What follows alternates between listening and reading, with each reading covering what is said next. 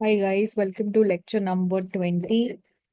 So the agenda for today would be to start a new reading, and this particular reading is from unit number 3, which is we have to understand the executive summary, and this is the executive summary of the report of the expert group to review the methodology for measurement of poverty. So basically, there was a committee which was formed under the chairmanship of Rangarajan, Dr. C. Rangarajan, who was the former RBI governor, to understand and suggest some recommendation on, do we need to change the poverty line? And if yes, what kind of methods do we use? What should be the poverty line? All these things were required. ठीक है. सो वो जो भी group था जिसने study की थी, Rangarajan committee popularly इसको बोलते हैं. सो उनके क्या क्या रिकमेंडेशंस थे, उनके हिसाब से क्या पॉवर्टी लाइंस थी, और उन्होंने किस तरीके से वो कैलकुलेट किया, उसकी एक एग्जीक्यूटिव समरी जो है वो हमें पढ़नी है. ठीक है. And this report came out in 2014. Alright. So what is the background behind this? तो इसके पीछे का बैकग्राउंड ये है कि इंडिया की अलग अलग कमिटीज रही हैं जिन्होंने अलग अलग पॉवर्टी लाइन को रेकमेंड किया है. सिंस 1970s ये प्रोसेस चलता आ रहा है. ठीक है. बट 2012 आते आते जो है, there was a growing criticism among people कि जो पॉवर्टी लाइन है, there is a need to revise that poverty line. That poverty line जो हम लोग कंसिडर करें, that no longer is feasible, and वो बहुत ही लो है. ठीक है. तो उसमें पॉवर्टी लाइन के स्टैंडर्ड्स बहुत ही लो हैं. So there is a need for revision of that poverty line. और वो जो भी पॉवर्टी लाइन है वो एक्चुअल कॉस्ट ऑफ लिविंग को कंसिडर नहीं करती. सो हमें उस चीज को रिवाइज करने की जरूरत है. So these kind of criticisms started coming into picture a lot more during that time. जैसे कि ये जो रंगाराजन कमेटी है जिसकी हम लोग रिपोर्ट पढ़ रहे हैं, उसके पहले there was another committee which was Tendulkar committee. ठीक है. तो वो जो तेंदुलकर कमेटी थी,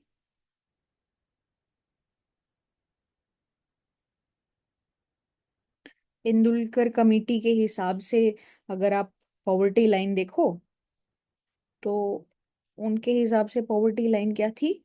it was around ₹816 per month in the rural areas, and it was about ₹1,000 per month in the urban areas इन 2011-12. तो 2011-12 के आसपास तेंदुलकर कमेटी, जो कमेटी जस्ट मतलब रंगाराजन कमेटी से पहले जिन्होंने अपने रिकमेंडेशंस दिए थे, उनके हिसाब से this was about ₹816 per month. सो कोई अगर एक इंसान किसी रूरल एरिया में रहता है और वो अगर ₹816 से कम कमाता है, तो उसको हम लोग बिलो पॉवर्टी लाइन बोलेंगे. एंड सिमिलरली अगर कोई इंसान, पर इंसान, एक पर्सन ₹1,000 से कम कमाता है अर्बन एरियाज में 2011-12 के टाइम पे, तो उसको हम लोग बिलो पॉवर्टी लाइन बोलेंगे इन दी अर्बन सेटिंग. ठीक है.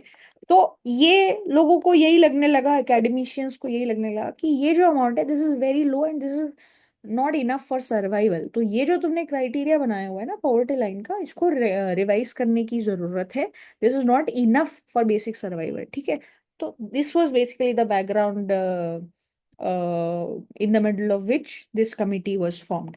तो ये सब चीजों को एड्रेस करने के लिए what was done, there was a committee which was form, जिसको हम लोग रंगाराजन कमिटी बोल रहे हैं, और जिसकी एग्जीक्यूटिव समरी हम लोग पढ़ रहे हैं.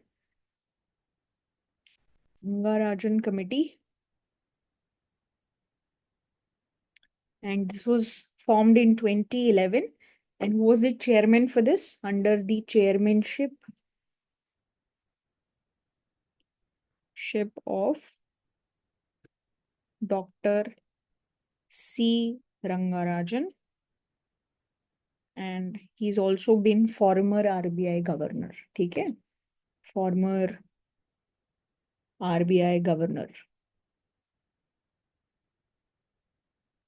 और उनका काम क्या बोला गया था? What was the purpose of this committee? कि आप हमें एक रियलिस्टिक पॉवर्टी लाइन क्रिएट करके दो. ठीक है. Suggest us a more realistic more realistic method to measure poverty.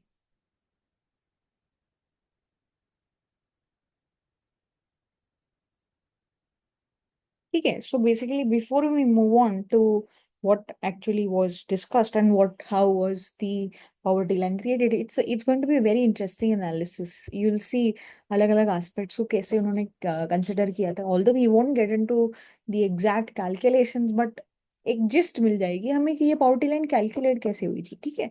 तो before we get into that, what were the different different committees that were formed और उनके मेन फीचर्स क्या थे. तो हमने बोला था ना 1970 से अलग अलग कमिटीज बन चुकी हैं जिन्होंने अलग अलग पॉवर्टी लाइंस को रेकमेंड किया है.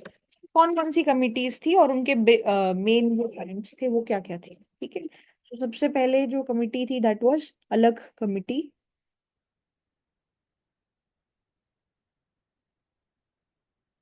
So this was the report was published in 1979. And what were the key features? सो ये जो कमिटी थी अलग कमिटी, इनके हिसाब से जो पॉवर्टी लाइन को डिसाइड करने के लिए इन्होंने जो मेन चीज कंसिडर की थी that was based on calorie intake. ठीक है. कि बेसिकली एक रिक्वायर्ड अमाउंट ऑफ कैलोरी इंसान को लेने की जरूरत है अगर वो बेसिक तरीके से सरवाइव कर सके. तो वो कैलोरी इनटेक करने के लिए जो खाना लगता है उसकी जो कॉस्ट है वो कमाने के लिए इंसान के पास कितने पैसे होने चाहिए, वो बेसिकली उस बेसिस पे आपने पॉवर्टी लाइन डिसाइड की थी. सो this was based on minimum minimum calorie intake norms. और उन्होंने कि मतलब इतनी कैलोरी इनटेक रूरल एरियाज में लोगों को करनी चाहिए मिनिमम, बेसिक बढ़िया सर्वाइवल करने के लिए. बढ़िया तो नहीं कहूंगी, बेसिक सर्वाइवल करने के लिए. एंड अर्बन एरियाज में कितनी कैलोरीज की जरूरत है और उसके बेसिस पे इन्होंने पॉवर्टी लाइन डिजाइन करने की कोशिश की थी. ठीक है. सो ये जो नंबर्स थे कैलोरीज के, this was about 2400 kilo calories in rural areas. And this was about 2100 kilo calories, 2100 kilo calories in the urban areas. तो इन्होंने इस बेसिस पे अपनी रिकमेंडेशन दी थी based on the poverty line. So this was first thing that happened. ये पहली committee की recommendation थी. उसके बाद चीजें दोबारा रिवाइज हुई. आगे जो है फिर क्या हुआ, फिर लाकड़ा वाला कमिटी.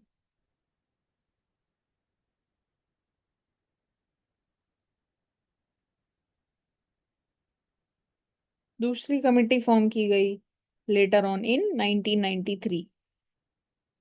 तो इन्होंने क्या अलग किया, तो इन्होंने भी जो कैलोरी नॉर्म्स थे उसको कंटिन्यू किया. बट इन्होंने एक और चीज ट्वीक करी कि जो पहले डेटा यूज होता था अलग कमिटी की कैलकुलेशंस के लिए, वो डेटा यूज करने की बजाय they started using NSSO data, national sample survey organisation data, in order to जो भी उनकी कैलकुलेशंस थी उसको करने के लिए जो डिसाइडिंग फैक्टर है वो डेटा बेस्ड होगा. तो वो जो डेटा है उन्होंने एनएसएसओ बेस्ड डेटा यूज करना शुरू कर दिया. ठीक है. So they continued calorie norms,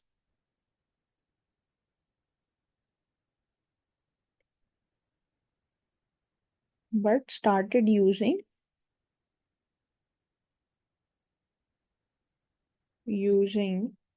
NSSO consumption survey data.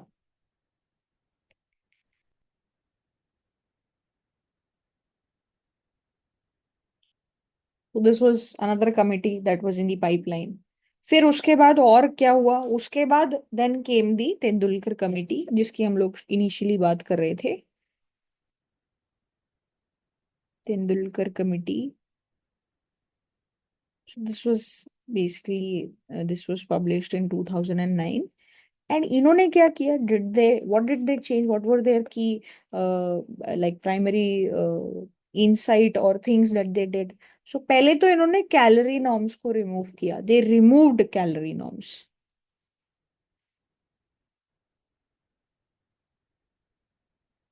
कि इतनी कैलोरी कंज्यूम करने के लिए कितने पैसों की जरूरत है वो नॉर्म इन्होंने हटाया. And they focused on actual spending for food health and education. कि इन चीजों पे कितनी एक्चुअल स्पेंडिंग हो रही है, उसके बेसिस पे they started determining it. But there was one more thing that they did was कि रूरल एरियाज में जो कंजम्पशन बास्केट है कि लोग क्या क्या कंज्यूम कर रहे हैं, और अर्बन एरियाज में जो कंजम्पशन बास्केट है उसको सेम ही बास्केट कंसिडर किया गया। ठीक है, they had a same consumption basket for both rural areas and urban areas. ठीक है, so first of all they removed the calorie norms, and then they also focused on actual spending for food, health and education, for food, health and education. And the other key feature, which will become a drawback for us later on when we read the Rangarajan committee, was they used the same basket. So one basket was considered for both urban and rural India. तो ये हुआ, लेकिन फिर लोगों को नहीं ये चीज में प्रॉब्लम लगने लगी। There were things that were talked about. तो उसके बाद लेटर ऑन क्या हुआ, उसके बाद जो है 2012 में कमेटी फॉर्म की गई जिसकी रिपोर्ट 2014 में आई। And then so this was the Rangarajan committee जिसकी हम लोग समरी पढ़ रहे हैं।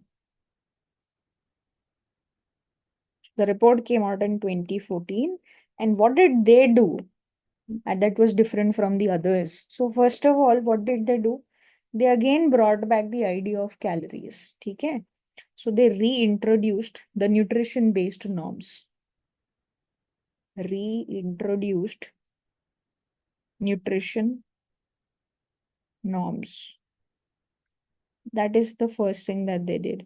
अपार्ट फ्रॉम दैट, जो इनको यहाँ पे प्रॉब्लम लग रही थी ना कि भाई रूरल एरियाज में और अर्बन एरियाज में जो कंजम्पशन हो रहा है वो सिमिलर ही चीजों का हो रहा है, सेम ही बास्केट कंसिडर कर लिया। बट ऐसा नहीं है। Rangarajan committee said we should consider them separately. So they had a separate basket of goods and things that people consume in the rural areas, and they had a separate basket for the people in the urban areas. ठीक है, so they created separate baskets for rural and urban areas. And also, one more thing that they did was instead of just focusing on food and the other things, they also added more realistic non-food based costs. ठीक है, so they added some more realistic कि भाई इंसान को travel भी करना पड़ता है, इंसान को कपड़े भी पहनने पड़ते हैं, इंसान को रेंट भी देना पड़ता है। ये सारी नॉन फूड आइटम्स, सिर्फ खाना खाने से तो काम नहीं चलता है ना। सो हमें ये चीजों की कंसिडरेशन भी करने की जरूरत है। This is what was recommended here. So added more realistic non food cost, non food cost.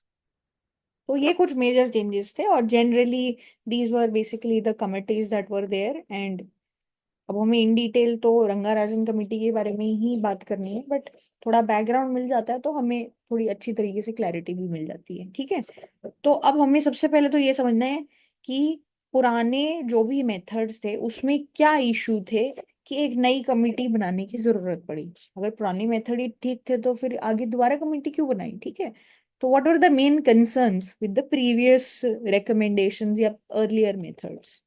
Issues with earlier methods?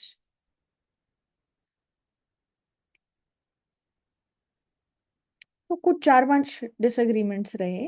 तो पहला ये था कि देखो, जो तेंदुलकर कमेटी ने एक सिंगल बास्केट यूज की रूरल एरियाज के लिए और अर्बन एरियाज के लिए, that was problematic. Single poverty basket,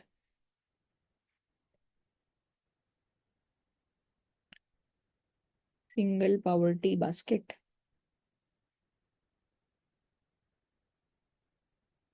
for rural and urban areas. This was basically done by Tendulkar committee.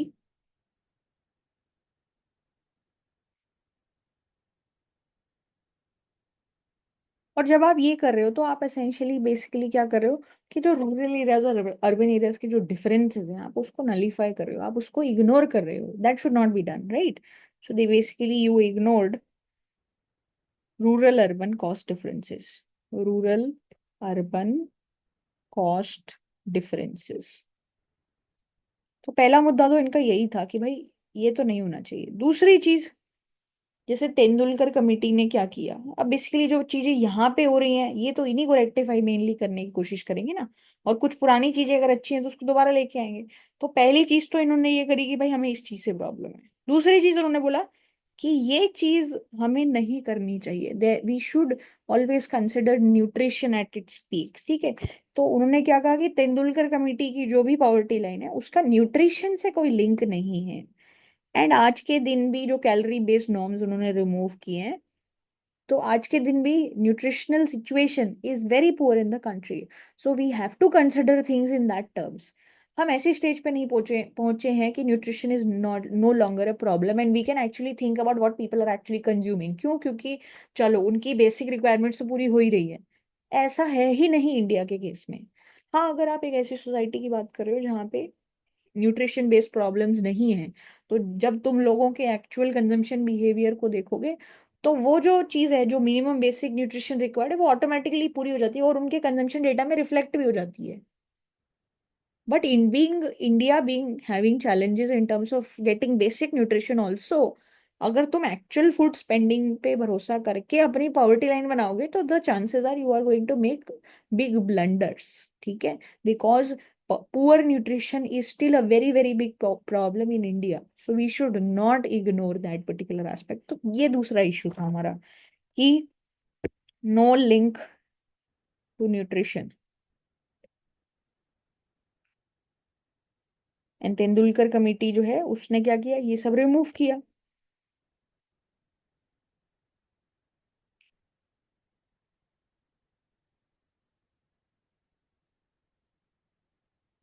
Calorie based calorie based norms इसको remove किया. Even though poor nutrition is a big issue in India. Poor nutrition is a big issue in India. That is second problem.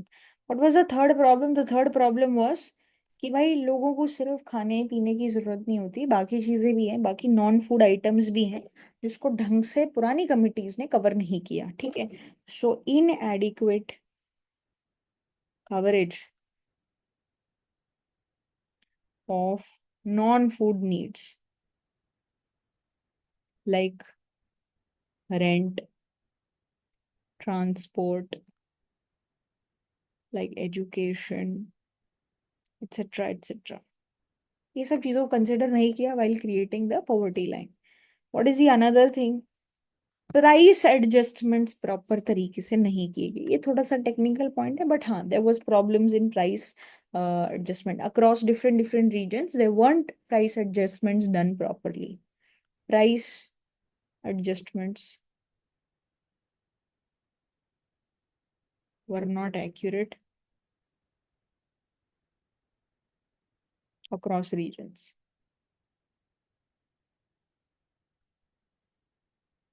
ठीक है. That is the fourth issue.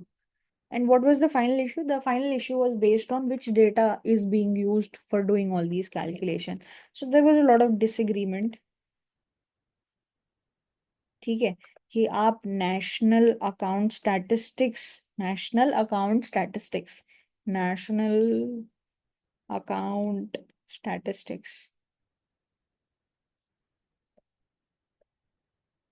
इस data को use करोगे या फिर आप एनएसएसओ सर्वेज को use करोगे. ठीक है. और एनएसएसओ जो डेटा है that is seen more reliable, that is considered more reliable for consumption based data. For consumption based data.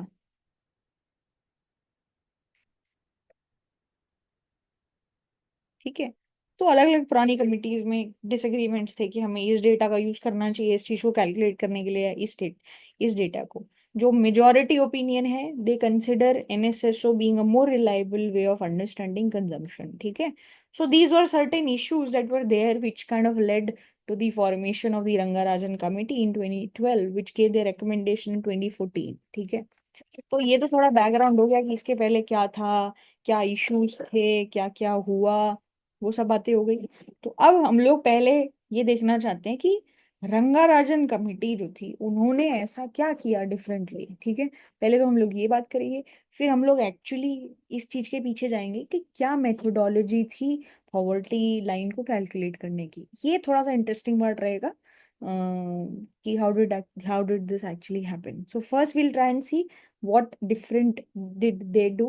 Secondly, what was the technical way, मतलब टेक्निकली किस तरीके से क्या मेथड यूज किया गया था पावर्टी लाइन को क्रिएट करने के लिए। And then finally we will see कि फ्यूचर के लिए, फ्यूचर को लेके इस कमिटी की क्या रिकमेंडेशन है कि भाई आगे और क्या चीजें होनी चाहिए बेस्ड ऑन पावर्टी लाइंस, ठीक है। सो the next question at hand that we have is, what did Rangarajan committee do?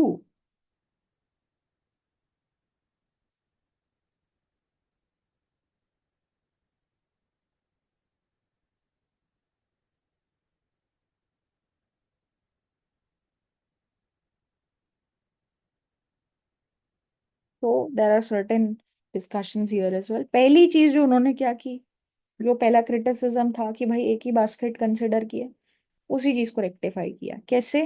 So they created separate poverty lines for rural areas and urban areas.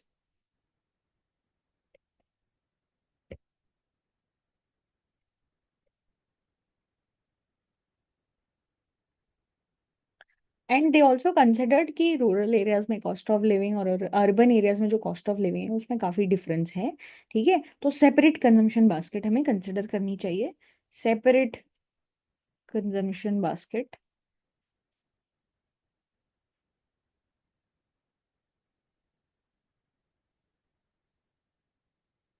For rural and urban areas.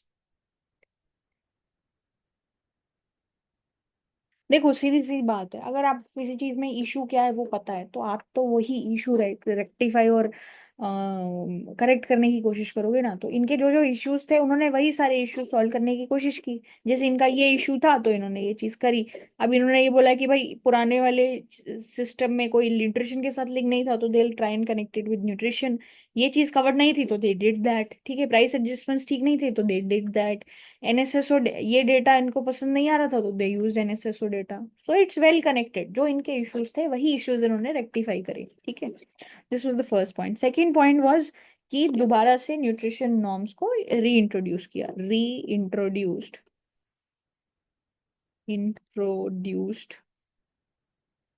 Nutrition nutrition norms nutrition norms को दोबारा reintroduce किया। तो जो ICMR है, Indian council of medical research, ICMR Indian council of medical research, उसकी guideline के हिसाब से एक इंसान को कितनी कैलोरीज लेनी चाहिए, कितना प्रोटीन लेना चाहिए, कितने फैट्स लेने चाहिए, वो सब उन्होंने कंसिडर किया वाइल कंसिडरिंग दीज नंबर्स। तो कितनी कैलोरीज, कितना प्रोटीन, कितना फैट किसी एक पर्सन को डेली कंज्यूम करने की जरूरत है, वो मेजर्स उन्होंने यूज किए। तो ये मिनिमम एक्सेप्टेबल लेवल्स कितने थे, मिनिमम एक्सेप्टेबल लेवल्स वो क्या थे जो इन्होंने कंसिडर किए based on ICMR data. That is first, calorie के टर्म्स में क्या हुआ, कैलोरीज के टर्म्स में मिनिमम क्या कंसिडर हुआ कि 2155 kilo calories are to be consume by a person in rural area and 2090 kilo calories by a person in urban areas. Rural areas में थोड़ा फिजिकल वर्क ज्यादा रहता है, ठीक है। खेत में काम करना, बाहर आउटडोर एक्टिविटीज में ज्यादा इन्वॉल्व रहना, so that's why the extra calories for energy, ठीक है। दूसरी चीज प्रोटीन की बात करी गई। Protein So it was said that at least 48 grams for rural areas and 50 grams for urban areas.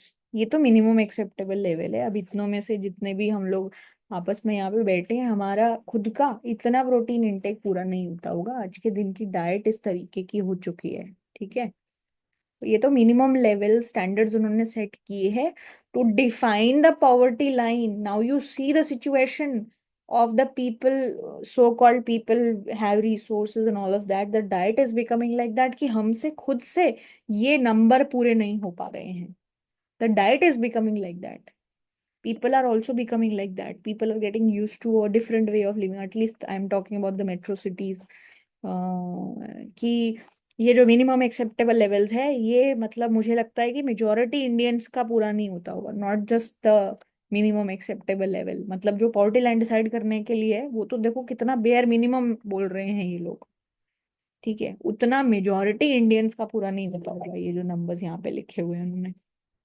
And then apart from that, fat के लिए जो नंबर्स इन्होंने बोले, they said that like based on the ICMR data, this was about 28 grams in rural areas and about 26 grams in urban areas, ठीक है। और ये थोड़े से एवरेज नंबर्स कंसिडर किए गए थे, कोई स्ट्रिक्ट कट ऑफ नहीं थी एग्जैक्टली, देवर रेंजेस, ठीक है। ये एज रेंजेस कंसिडर किए गए थे, ठीक है। तो they introduced these particular norms again in the poverty calculations, ठीक है। that is another thing। Third thing हमने क्या बोला था कि जो बाकी आइटम्स हैं, रेंट, क्लोथिंग, एजुकेशन, ये सब कंसिडर नहीं किया जा रहा था। they did that। so realistic non food expenditure को इन्होंने इन्वॉल्व करा। Non food expenditure was included, ठीक है। क्लोथिंग के लिए जो एक्सपेंसेस है उसको कंसिडर किया, हाउसिंग, रेंट, एजुकेशन, ये सबको कंसिडर किया। और ये नंबर्स कहाँ से आ रहे थे? तो जैसे फॉर एग्जांपल ये देखो, अब ना फंडा समझना कि जैसे देखो ये मान लो सारे रूरल एरिया में लोग हैं, ये सारे लोग हैं रूरल एरियाज में, ठीक है। अब हम उनको ना कैसे खड़ा कर रहे हैं? Ascending order of their income, कि जिसकी इनकम कम है वो पीछे रहेगा, जिसकी इनकम ज्यादा है वो आगे रहेगा, ठीक है। करेक्ट, ये इस तरीके से अलग अलग लोगों को ascending order of their income में खड़ा कर दिया, ठीक है। ऐसे ऐसे जितना आप आगे जा रहे हो उतनी इनकम बढ़ रही है। तो इसकी लीस्ट इनकम है, फिर उसकी थोड़ी ज्यादा है, इसकी थोड़ी ज्यादा है, इसकी थोड़ी ज्यादा है, इसकी थोड़ी ज्यादा है, इसकी सबसे ज्यादा है। तो इस तरीके से आप अपना डिस्ट्रीब्यूशन बना सकते हो क्या, इनकम का, ठीक है। तो इस तरीके से अगर अलग अलग लोग खड़े हैं और इसमें जो मीडियन बंदा आता है, मीडियन मतलब ऐसा बंदा जिसके लेफ्ट साइड में 50% जनता है और जिसके राइट साइड में भी 50% जनता है, तो वो जो बंदा है, जो मीडियन इनकम वाला बंदा है, मीडियन इनकम वाला जो इंसान है, वो इन चीजों पे जितना खर्चा कर रहा है उसको कंसिडर किया गया कि भाई इतना तो खर्चा होता ही है। तो जो मीडियन बंदे का खर्चा है ना, on rent, on transport, on education, ये सब, वो जितना खर्चा कर रहा है ना, हम लोग वो एज अ बेंचमार्क कंसिडर करेंगे। So that benchmark will not be very low also, कि बहुत ही कम है भाई, नहीं हो सकता। और वो ऐसा भी नहीं कि बहुत ही ज्यादा है कि मतलब फिर पूरी पॉपुलेशन ही पुअर मतलब डिक्लेयर हो जाएगी, ठीक है। So what did they do? They took took what the median person, what the median, basically middle income people spent, as a benchmark, as a reasonable benchmark,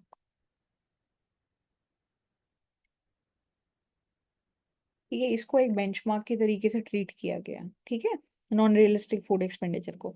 तो मतलब जो मिडिल में इंसान है, मिडिल मीडियन पर्सन जो है, basically जो भी कैटेगरी है, उस वो कितना खर्चा कर रहे हैं on all the non food expenditure areas, उसको बेंचमार्क बना लिया गया कि इतना तो होना ही चाहिए, और उसको यूज किया गया टू डू दोज कैलकुलेशंस, ठीक है। This is another thing. Fourth thing, which was K, what kind of data they used? So they used NSSO data, National Sample Survey Organization data, which around अलग अलग rounds होते हैं, 68th round का data इन्होंने use किया, ठीक है। And consumption को एग्जैक्टली कैलकुलेट करने के लिए, this is again a technical aspect, when you will get into research and all you will understand what is the exact meaning of this. So NSSO data में क्या use किया गया, MMRP, modified mixed recall period.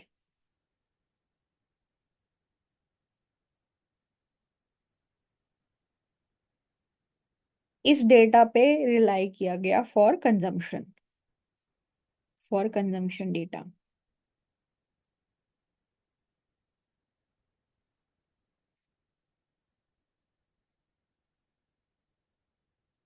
और जैसे हम लोग आगे बात करेंगे कि इन्होंने क्या बोला कि फूड एक्सपेंडिचर भी कंसिडर होना चाहिए, नॉन फूड एक्सपेंडिचर भी कंसिडर होना चाहिए। तो इन्होंने अलग अलग फ्रेक्टाइल्स जो हैं वो कितना कितना कंजम्पशन कर रही है ऑन फूड नॉन फूड, उसको एज अ बेंचमार्क यूज करना शुरू किया। एग्जैक्टली क्या हो रहा है कैसे हो रहा है उस पर मैं आऊंगी अभी, ठीक है। फ्रेक्टाइल का बेसिकली मतलब क्या है कि आपने अपनी पूरी पॉपुलेशन को जैसे मान लो एक असेंडिंग ऑर्डर में लगा दिया ऑफ इनकम, और फिर बोल रहे हो कि चलो भाई नीचे वाले 5%, फिर 5 से 10%, फिर 15 से 20%, 10 से 15, फिर 15 से 20, फिर 20 से 25, इस तरीके से अलग अलग सेगमेंट्स में बांट दिया, ठीक है। और फिर आप मान लो अलग अलग चीजों के लिए, नॉन फूड के लिए, जैसे यहाँ पे हमने मीडियन इनकम को यूज किया, तो कौन सी फ्रैक्टाइल, 45th से लेके 50th फ्रैक्टाइल वाले जो लोग हैं, ठीक है, वो कितना एक्सपेंडिचर कर रहे हैं ये सब चीजों पे, उसको कंसिडर किया गया। तो इस पे आएंगे तो they basically started using the fractiles, so they use data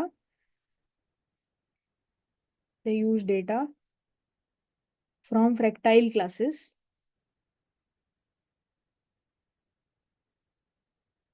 to estimate food and non food, food and non food needs.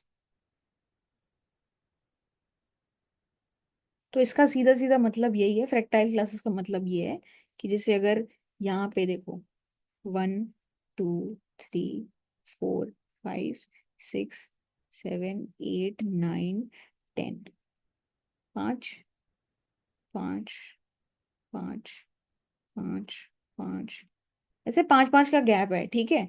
और ऐसे आप 20 पॉइंट्स बना दो, 11 12 13 14 15 16 17 18 19 20, ये जो अलग अलग हिस्से हैं ना, ये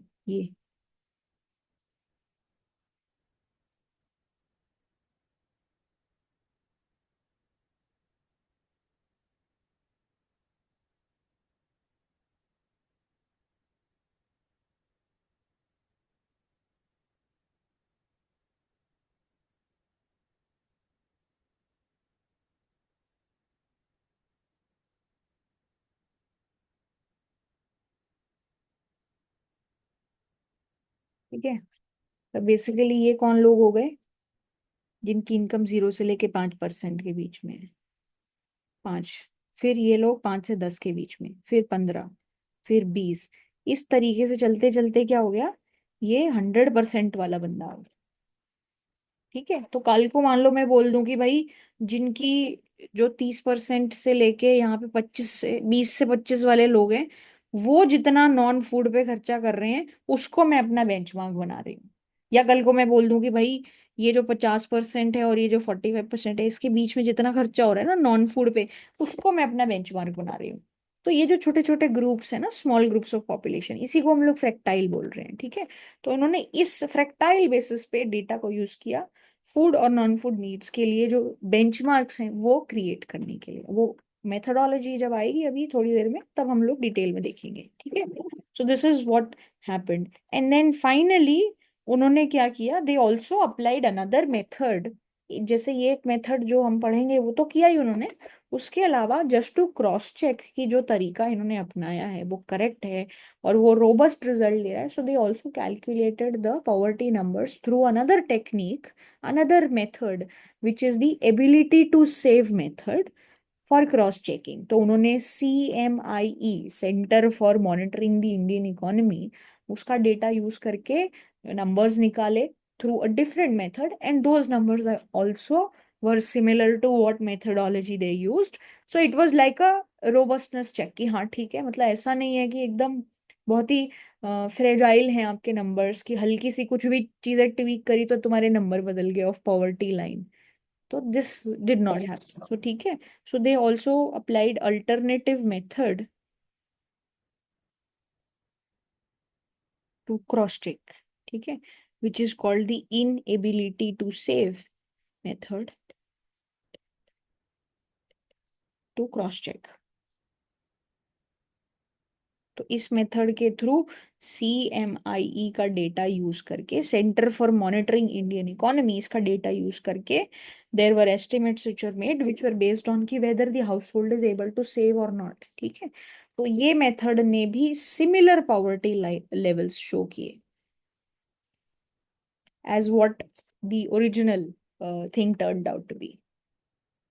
तो जो एक्चुअल मेथड है उससे जो पॉवर्टी लेवल्स निकल के आए वो, और इस मेथड से जो पॉवर्टी लेवल्स निकल के आए, दे वर सिमिलर। तो it was like a cross check for us कि हाँ ठीक है, हमारे कमिटी के जो एस्टिमेट्स हैं इट्स गेटिंग सपोर्टेड, ठीक है, वेरीफाई हो रहा है एक तरीके से। सो these were basically the things that were done differently by the Rangarajan committee, ठीक है।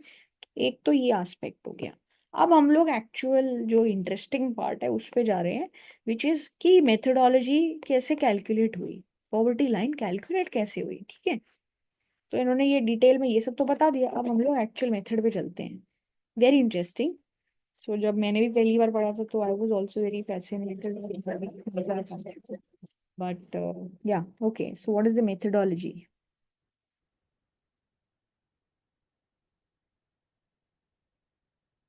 और कैलकुलेशन? वेरी लॉजिकल, बहुत लॉजिकल है, ठीक है, of the poverty line. So you may not agree with the numbers that we are coming up with, but the methodology is very logical. ठीक है, आपको हो सकता है लगे कि भाई 1,000 रुपए पर मंथ पर पर्सन से कैसे गुजारा होगा, बिकॉज ये जो हमारी रियलिटी है बहुत ही कॉन्टेक्चुअल है, ठीक है। अभी आप जिस सिचुएशन में हो आप वहां से ये चीजें कंपेयर करके देखोगे कि अच्छा मैं एक दूध मंगाती हूँ तो क्या होता है, दही मंगाते हैं तो कितने पैसे का आता है, और ये पर मंथ का डेटा जो हम बता रहे हैं ये पर मंथ का डेटा है। तो पर मंथ में अगर एक पैकेट दूध ही आने लग जाए, मतलब अगर दिल्ली के पर्सपेक्टिव से बात करो कि एक पैकेट दूध ही आने लग जाए तो आधे से ज्यादा बजट तो उसी में चला जाएगा, राइट।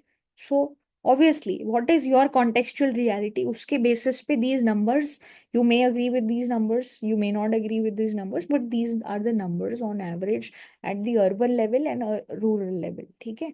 तो मेथोडोलॉजी क्या यूज हुई है अभी उस पे चलते हैं हम लोग, ठीक है। तो उन्होंने सोचा कि एक रियलिस्टिक तरीका of finding the poverty line जो है, उसके लिए हमें क्या करना चाहिए, we should know how much a person needs, कितने पैसों की एक इंसान को जरूरत है। ये हमें समझने समझने की जरूरत है कि कोई भी एक इंसान है उसको कितने पैसों की जरूरत होगी। How much does a person need to fulfil 3 requirements, 3 तरीके की रिक्वायरमेंट्स फुलफिल करने के लिए इंसान को कितने पैसे की जरूरत पड़ेगी डिसेंट तरीके से, वो क्या होगा। तो पहला जो चीज है वो तो भाई अपना खाना पीना, right. Minimum nutritional requirement, minimum nutritional requirements,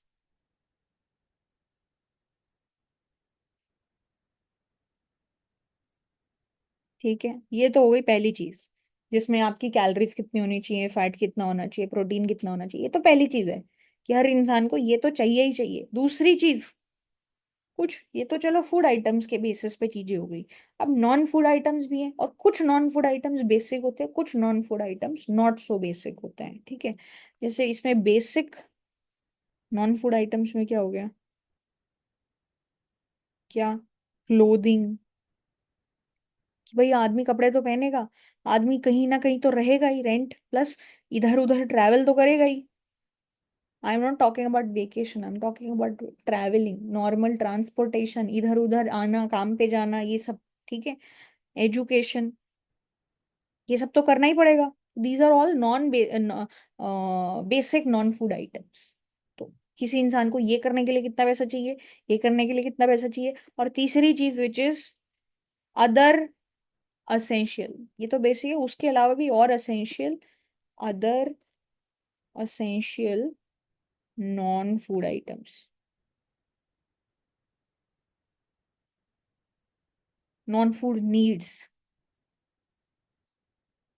जो बेसिक में नहीं आ रही है, तो उसके अंदर क्या हो गया, जैसे भाई हेल्थ केयर की भी जरूरत है यार, health care plus electricity is also needed. ये मतलब और एग्जाम्पल्स भी हो सकते हैं हमारे पास, but this is basically what we are trying to understand. तो ये तीन चीजें हैं जिस पे हमें खर्चा करने की जरूरत है। We need we need to spend money on these aspects. So what we are trying to understand कि ये तीनों चीजें फुलफिल करने के लिए किसी एक इंसान को कितने पैसों की जरूरत पड़ती है, वो अगर हम लोग कैलकुलेट कर लें तो वो जो हमारा नंबर आएगा वो हम लोग बेंचमार्क बना लेंगे कि भाई इतना बेसिक बेसिक बेसिक लगता है। अगर कोई इतना भी नहीं कमा रहा है तो वो पुअर है, उसके ऊपर कोई कमा रहा है तो he is above poverty line. Anybody is not even meeting that basic standard, he is poor. ये इन्होंने लॉजिक लगाया है, ठीक है। अब ये तो इन्होंने अपना तरीका बना दिया, ठीक है। उसके बाद इन्होंने क्या किया, NSSO डेटा यूज किया, 68th राउंड का डेटा यूज किया, जो बेसिकली 2011-12 का डेटा था, to estimate what, how much people actually need, how much people actually spend, not need, how much people actually spend, how much people actually spend in different different income groups. जैसे जो अलग अलग फ्रैक्टाइल्स बनाए थे ना हमने, ये 0 से 5, 5 से 10, 10 से 15, इस तरीके से अलग अलग फ्रैक्टाइल्स, अलग अलग डिस्ट्रीब्यूशन अगर असेंडिंग ऑर्डर में कर दिया जाए तो अलग अलग जो कैटेगरी बनती है परसेंटेज की, उसमें लोग कितना कितना खर्चा कर रहे हैं on these particular items, how much people actually spend in different income groups, different income groups, ठीक है, विच इज बेसिकली जिसको हम लोग फ्रैक्टाइल बोल रहे थे। एंड वो चीज यूज करेंगे to get the poverty line and use that to define the poverty line. उस चीज को यूज करेंगे पॉवर्टी लाइन डिफाइन करने के लिए, करेक्ट, ठीक है। ये हमारा टेक्निक है। अब हम लोग एक एक पॉइंट पे ढंग से समझते हैं कि फूड एक्सपेंडिचर के लिए इन्होंने कौन सी फ्रैक्टाइल को अपना रेफरेंस माना कि भाई वो फ्रैक्टाइल, वो परसेंटेज ऑफ लोग जो खर्चा कर रहे हैं वो कितना है, उसके बेसिस पे इन्होंने नंबर्स निकाले। तो पहला तीन तीन मुद्दों पे इन्होंने बात करी थी। तो पहला मुद्दा यही था क्या, कि आपका क्या है, food expenditure, food expenditure which is basically your nutritional norms,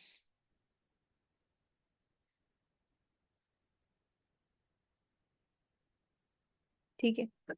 तो अब कमिटी का लॉजिक सुनो। कमिटी का लॉजिक ये था कि सबसे पहले कमिटी ने क्या किया, जैसे अलग अलग फ्रैक्टाइल्स हैं, ये अलग अलग फ्रैक्टाइल्स है, मैं पुरानी फ्रैक्टाइल को ही कंसिडर कर लेती हूँ,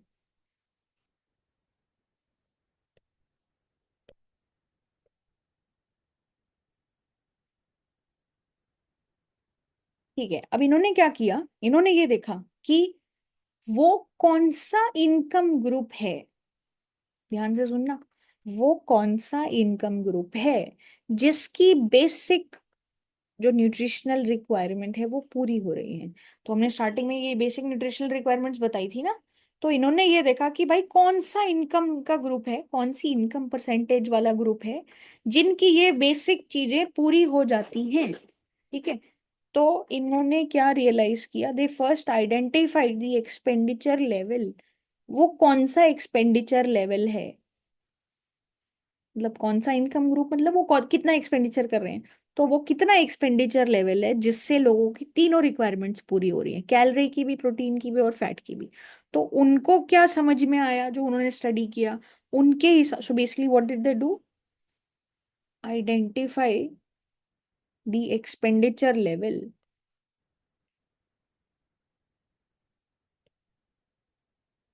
at which all three requirements are being fulfilled, at which all three requirements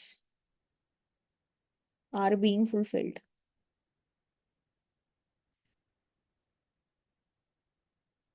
तीनों रिक्वायरमेंट पूरी हो रही है। तो ये नंबर रूरल एरियाज में क्या निकल के आया, रूरल एरियाज में ये नंबर कौन सा निकल के आया, सिक्स्थ फ्रैक्टाइल वाले जो लोग हैं उनके लिए ये क्राइटेरिया पूरा हो रहा है। सिक्स्थ फ्रैक्टाइल मतलब 25% से लेके 30% इनकम वाले लोग। So these were the people who are just meeting the basic standards. तो तुम ये सोचो कि जो 25 से नीचे वाले लोग हैं उनके बेसिक न्यूट्रिशनल रिक्वायरमेंट्स पूरे नहीं हो रहे।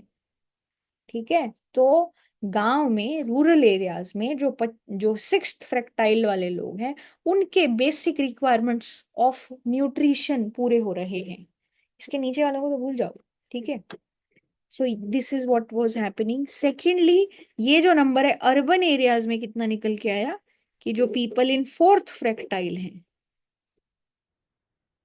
फोर्थ फ्रैक्टाइल मतलब 15 से 20%। तो जो लोग फोर्थ फ्रैक्टाइल के अंदर है, मतलब 0 से 5, 5 से 10, 10 से 15, 15 से 20, ये वाले जो लोग हैं, ये इस ब्रैकेट में जो लोग हैं, उनके बेसिक मिनिमम जो न्यूट्रिशनल रिक्वायरमेंट्स है वो पूरे हो रहे हैं। ठीक है, तो this is what basically was happening. तो पहले इन्होंने ये आइडेंटिफाई किया कि ये कौन सा ग्रुप है, और फिर इन्होंने क्या आइडेंटिफाई किया कि जो सिक्स्थ फ्रैक्टाइल है वो खाने पे कितना खर्चा करता है इन रूरल एरियाज, और जो फोर्थ फ्रैक्टाइल है वो खाने पे कितना खर्चा करता है इन urban areas. So basically, the average monthly expenditure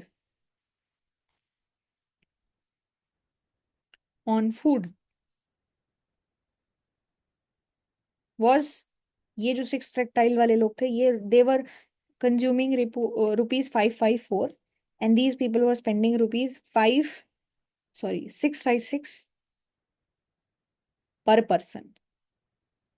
तो ये 1% का है कि गांव में ये जो सिक्स फ्रैक्टाइल वाले लोग हैं जिनकी बस just bare minimum nutritional requirements पूरी हो रही हैं, ये 554 रुपीज खर्च कर रहे थे ऑन एवरेज पर person per month. And these people, जहाँ पे फोर्थ फ्रैक्टाइल में वो बेयर मिनिमम रिक्वायरमेंट पूरी हो रही है, वो 656 रुपये पर पर्सन पर मंथ स्पेंड कर रहे थे। ठीक है, तो ये जो स्पेंडिंग है हमारा फूड वाला component of the poverty line बनती है। ठीक है, so this was rupees 554 per person per month in rural areas. ठीक है, and this particular number came out to be rupees 656 per person in per month, basically per month in urban areas, per month in urban areas। Urban areas में ये number, ये तो हमारा पहला मुद्दा हो गया, विच इज फूड, फूड का खर्चा। फिर दूसरी चीज सेम लॉजिक अब आप लगाओगे। ठीक है, तो इन्होंने क्या किया, जो दूसरा हमारा मुद्दा था basic non food needs, basic non food needs, इसको कंसिडर किया, जो भी हमने अलग अलग चीजें बताई थी। तो इसमें non essential, basically non, I am not saying non essential, essential non food items को कंसिडर किया गया, जैसे क्लोथिंग, रेंट, ट्रांसपोर्ट, एजुकेशन। तो इस चीज की बेंचमार्क निकालने के लिए उन्होंने क्या किया, इन्होंने सिंपल क्या किया कि we will take the median group, median income group को देख लेंगे हम। मीडियन इनकम ग्रुप को देखा इन्होंने, income group, median income group हमारे लिए यहाँ पे ये जो फ्रैक्टाइल्स है, इस केस में क्या हो जाएगा, 45 से लेके 50% वाले लोग, कि ये जो इनकम ग्रुप है, ये लोग बेसिक नॉन फूड नीड्स पे कितना खर्चा कर रहे हैं, उसको इन्होंने बेसिक नॉन फूड नीड्स के लिए बेंचमार्क बना लिया। ठीक है, so how much they were spending, how much they were spending, they were spending, वो कितना खर्चा कर रहे हैं। एंड ये मीडियन इसलिए कंसिडर किया गया कि भाई मीडियन ग्रुप के चीज को अगर हम लोग बेंचमार्क बना रहे हैं तो this is a fair number, क्योंकि बहुत ही कम भी हम नहीं प्रोवाइड कर रहे हैं, बहुत ज्यादा भी नहीं प्रोवाइड कर रहे हैं एज अ बेंचमार्क। ठीक है, सो दिस बेसिकली ये जो मीडियन ग्रुप के जो रिक्वायरमेंट थे, that was considered feasible and like what is necessary, not too low not too high also. तो ये जो ग्रुप था, मीडियम इनकम ग्रुप के लोग इन rural areas and medium income group के लोग इन urban areas, basic non food items पे जितना खर्चा करते थे उसको इस हिस्से का बेंचमार्क बना दिया। तो इस हिस्से का जो एवरेज पर कैपिटा, मतलब पर person basic non food expenditure, जिसमें क्लोथिंग, ट्रांसपोर्टेशन, ये सब आ गया, this was about rupees 141 per month पर पर्सन, पर कैपिटा मैंने पहले ही बोल दिया, इन रूरल एरियाज, ठीक है, and this number was rupees 407, 407 per month पर पर्सन इन अर्बन एरियाज।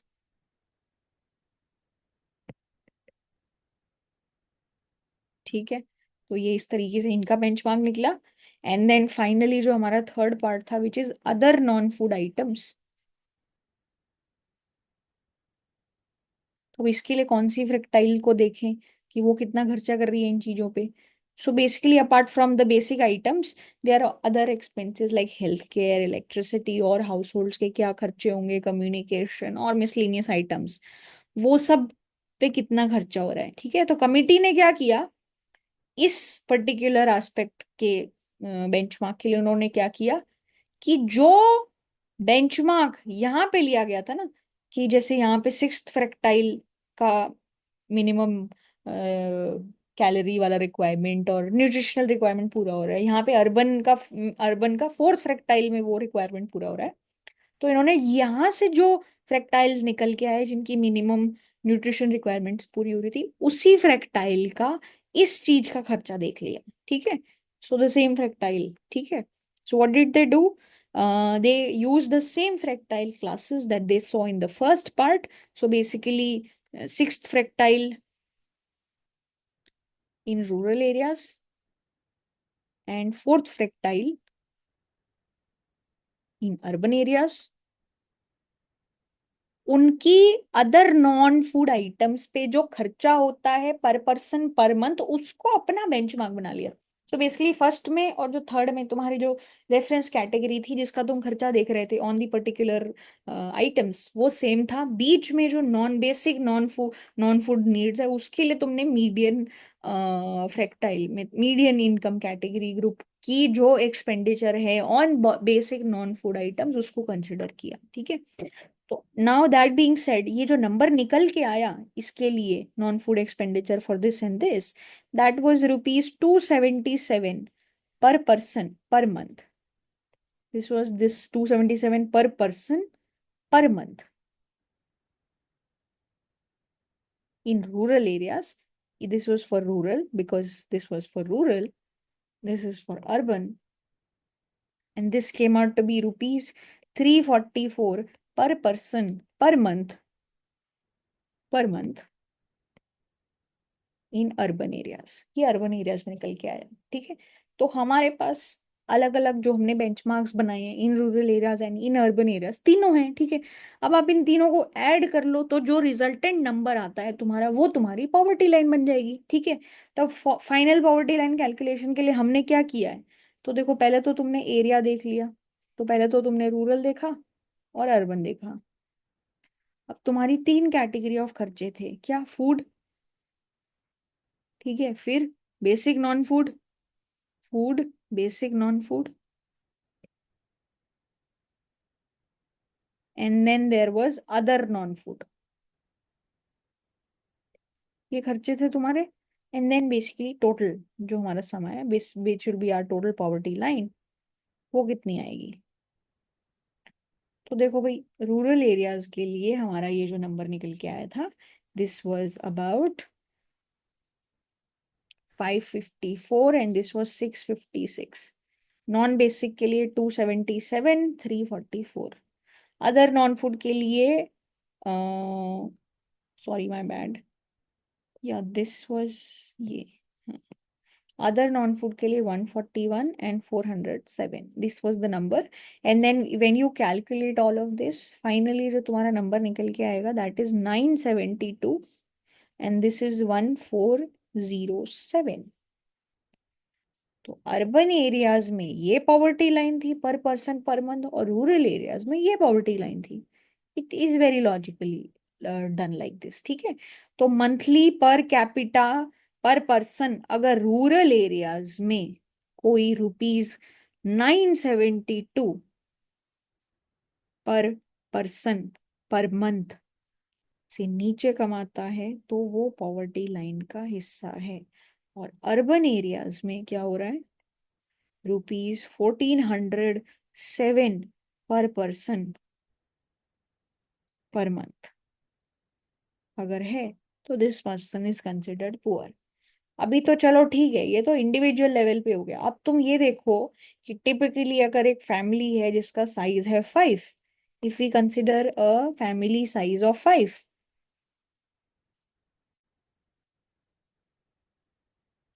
तो इसको जब तुम 5 से मल्टीप्लाई करोगे, 972 को 5 से मल्टीप्लाई करोगे तो तुम्हारा नंबर कितना आएगा? ₹4,860 per month for a family of 5 in rural areas.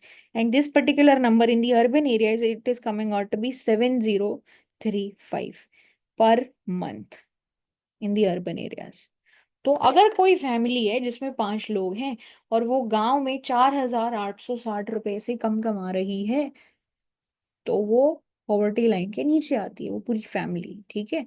और अर्बन एरियाज में अगर कोई फैमिली 7,035 रुपए से कम कमा रही है, तो वो भी पॉवर्टी लाइन के नीचे आती है। ठीक है। तो this is how this particular number was calculated. तो अब हम लोग अगर पुरानी, जो जैसे तेंदुलकर कमेटी की जो पॉवर्टी लाइन थी उससे कंपेयर करें, तो जो तेंदुलकर कमेटी की रूरल पॉवर्टी लाइन थी और यहाँ पे जो पॉवर्टी लाइन, उसके बीच में गैप था, वो कितना था? That was about 19%, right? So ये जो वैल्यूज थी, द वैल्यूज वर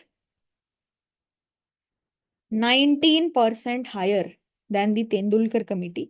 बेसिकली ये जो 972 निकल के आया है और जो उनकी कैलकुलेशन थी, उसके बीच में 19% का difference. This was 19% higher for rural areas and this was about 41% higher for urban areas as compare to the Tendulkar committee के एस्टिमेट्स फॉर 2011-12। ठीक है। तो अब इन्होंने एक्चुअली क्या किया, थोड़े से और मेजर्स यूज किए, तो ऑब्वियसली जो इनका नंबर निकल गया होगा दैट विल बी हाई। ठीक है। तो this is the entire thing that happened. तो अब ये जो इनकी पॉवर्टी लाइन जो निकल के आई, अब इसके हिसाब से कितने लोग हैं जो इंडिया में गरीब हैं, ये भी तो जानना जरूरी है।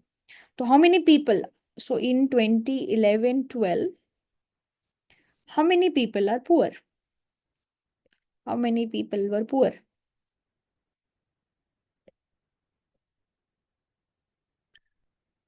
According to 2011-12? 2011-12 में कितने लोग थे जो अकॉर्डिंग टू रंगाराजन कमेटी के जो एस्टिमेट्स हैं, दे आर कंसिडर्ड पुअर, वो गरीब कहला रहे हैं। ठीक है। सो रूरल एरियाज में रूरल पॉवर्टी कितनी है अकॉर्डिंग टू ये जो स्टैंडर्ड्स निकल के आए हैं पॉवर्टी लाइन के? About 30.9%। 30.9% of the all the people are residing in rural areas, they are poor. So this is about in terms of magnitude 260.5 million people. और अगर ये मिलियंस में आपको समझ में नहीं आ रहा हो, तो 10 million is 1 crore. So basically ये कितना है? 26.05 करोड़ लोग रूरल एरियाज में पुअर हैं। ठीक है। सिमिलरली अगर अर्बन नंबर्स की बात करें, अर्बन पॉवर्टी की बात करें, तो this percentage is about 26.4%। and if I talk about in terms of magnitude, this is 102.5 million people, मतलब ऑलमोस्ट 10 सवा 10 करोड़। ठीक है। एंड ऑल इंडिया पॉवर्टी की बात करें तो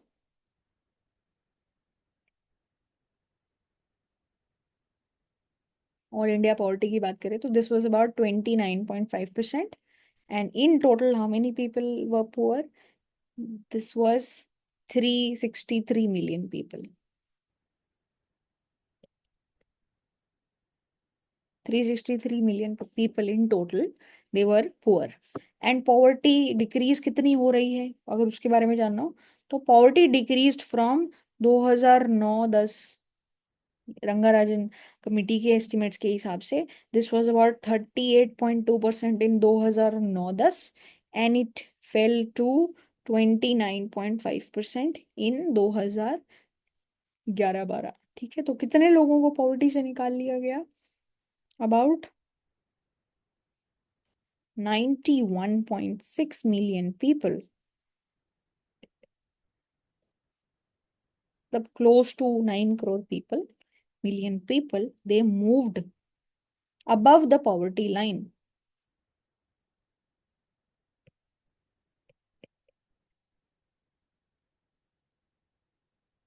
They moved above the poverty line in just a matter of 2 years. In 2 years. So this is basically what the numbers were saying. ठीक है. और अब इसके बाद इन जनरल कमिटी की क्या रिकमेंडेशंस थे कि भाई आगे जाके क्या चीजों का ध्यान रखना चाहिए. सो फ्यूचर रिकमेंडेशंस के पर्सपेक्टिव से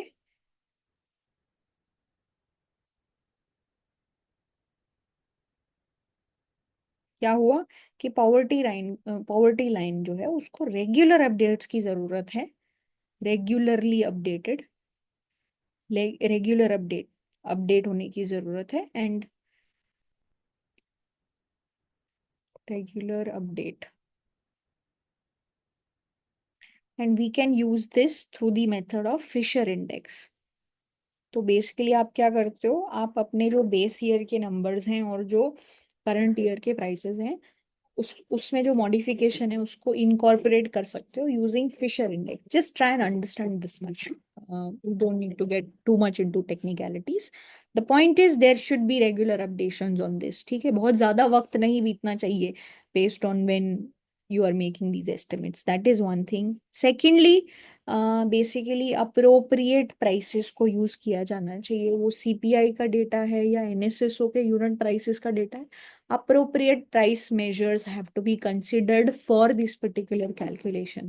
क्योंकि जब तुम पॉवर्टी कैलकुलेशन करते हो तो प्राइसेस को भी तो कंसिडर करना पड़ता है कि अगर ब्रेड खरीदनी है तो भाई ब्रेड का भी तो प्राइस, तो फिर वो कौन सा प्राइस. तो appropriate prices have to be used.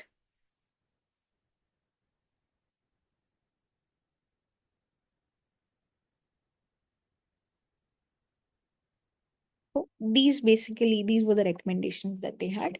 तो in conclusion अगर हम लोग बात करें कि what really happened in this particular situation, so they revised एक outdated और unrealistic poverty line which was already prevailing.